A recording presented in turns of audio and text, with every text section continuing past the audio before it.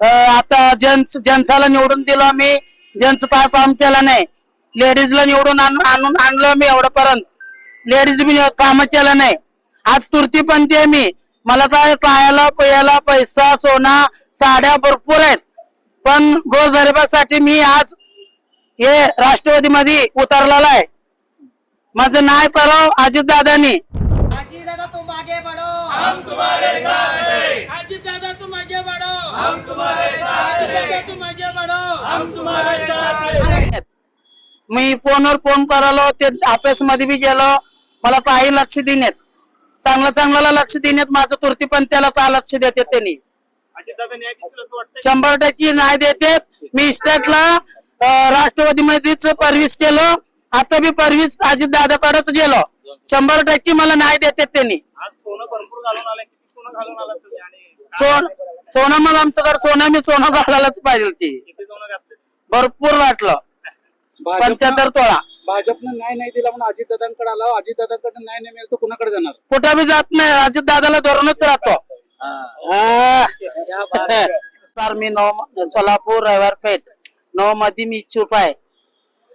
मी श्याम नायक सोलापूरकरचं चेहला आबोलीताई मंजेली. माझं नाव रामचंद्र मंजेली आहे. तृतीपंथी मध्ये आबोली म्हणतात.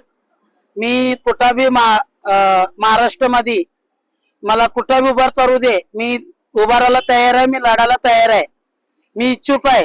राष्ट्रवादी अजितदादा काम भरपूर केलेलं आहे. लाडकी बहीण त्यांनीच केलेलं आहे. अजितदादा भरपूर कामं केलेत. शेताचं कामं केलेत, रोजगारीचं कामं केलेत, कामगारचं कामं केलेत.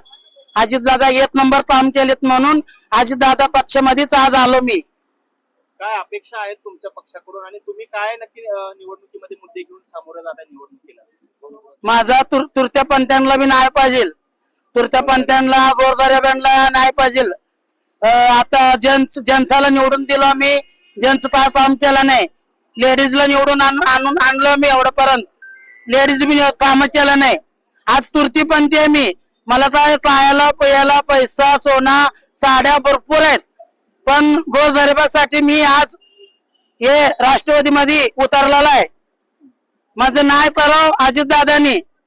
100% मला न्याय करावं, मला तिकीट द्यावं, मी लढायला तयार आहे. निवडून येण्याची शक्यता तुमची आहे का? आणि तुमच्या मागे मतदार किती येऊ शकतो? कशा पद्धतीचे काम तुम्ही आजपर्यंत केलेले? भरपूर केलेलं आहे मी काम. हे लॉकडाऊन मध्ये घरादाराला विचारलं गोरगरिबांना, तुम्हाला काय लागतं काय नाही म्हणून.